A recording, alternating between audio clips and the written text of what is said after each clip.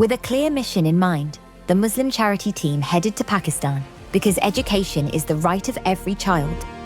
This was the beginning of a powerful journey from 𝐵𝐺𝐻 to the base camp of the mighty K2 mountain. From the moment he arrived at Islamabad airport, you could see it in 𝐊𝟐 𝐂𝐡𝐚𝐥𝐿, the spark in his eyes, the purpose in his strides, and the quiet joy on his face. He had come all the way from London to Pakistan to walk for a cause that matters. The trek from 𝐵𝐺𝐻 to the K2 base camp spans 139 kilometers.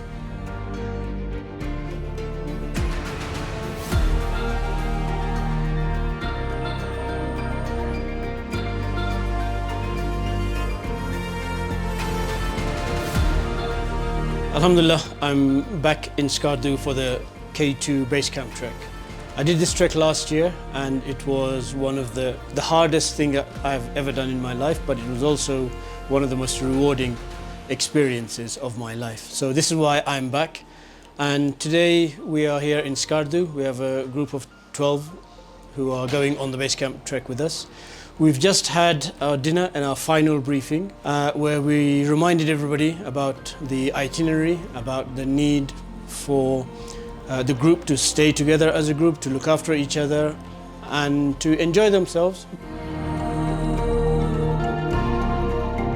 We're about to set off now, so let's see if the guys are ready. Guys, are you ready? Yes! The journey began by jeep, a smooth start, with fresh air and scenic mountain views. But soon, the road became steep and treacherous.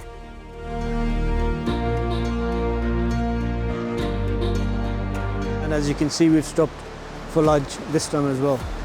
We've been on the road for about 5 hours, and I think we still have another half an hour to go before the first break in the road where we have to unpack the jeeps and walk for a bit to go across to get onto another jeep. Landslides and narrow paths meant the jeep could go no further. The rest of the way had to be on foot. At 𝐷𝐻, the real challenge began. 7 days of trekking lay ahead, across some of the harshest terrain on Earth. We are finally in 𝐴shkoli. We've finally arrived after a long day and a bit of an adventure with the blockages on the road. But we are here, and as you can see, our tents are here, they're being put up, and our duffel bags have also arrived with our clothes and other equipment. Dinner is also being readied right now, so we'll have an early dinner and hopefully get to sleep because we have to start very early tomorrow.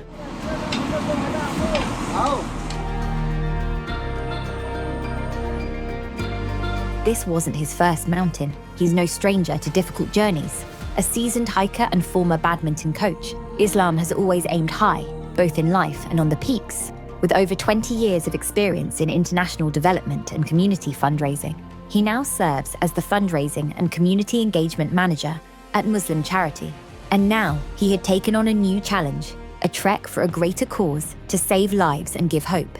He walked not just for himself, but for thousands of children across the world still denied access to education. This was part of Muslim Charity's Children of the World program, a mission to light the path of knowledge for those left in the dark. Islam wasn't walking alone. He was joined by 12 others, fellow companions with hearts full of compassion.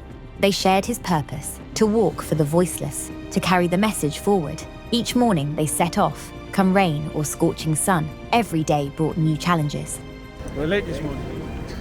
I don't know what's going on. I've been here for 2 hours waiting for everybody to wake up. There were rocky paths where they pitched their tents. After another long, hard trek. But alhamdulillah, everybody's here, safe and sound. And we've had a bit of a rest and we're just about to have dinner. And get an early night because tomorrow is going to be another long day, inshallah. So, see you later. Moments of exhaustion, clothes washed by hand, meals shared under open skies.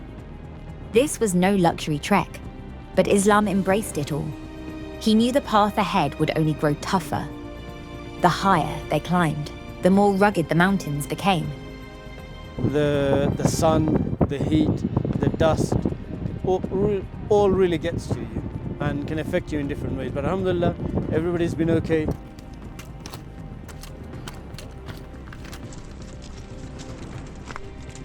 On our way to Concordia, which is just around the corner. That's Broad Peak, the curved mountain, and K2 is just behind this one. You can't see it.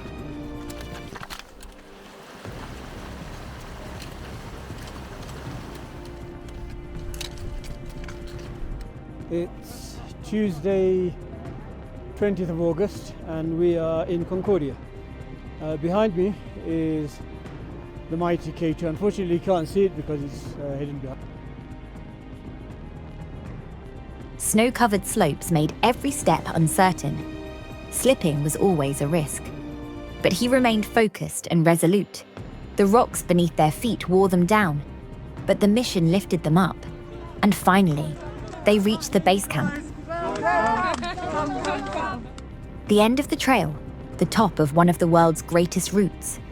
Faces lit with joy, hearts overwhelmed with gratitude. So sitting here in Concordia, it's a very special moment. I was here last year and we managed to see the mighty K2 that you see behind me. But unfortunately, this is as far as I got last year. But this year, Alhamdulillah, we got to base camp, and it was a very emotional moment because not just for myself, but the whole team, all 14 of us, got to base camp. So that was an achievement, something that I'm very proud of and very grateful for. Islam and the team had made it. The goal was never just the summit, it was the journey, the impact the message carried with every step. It was all about the children of the world that Muslim charity supports, rescues and educates so they can have a better tomorrow.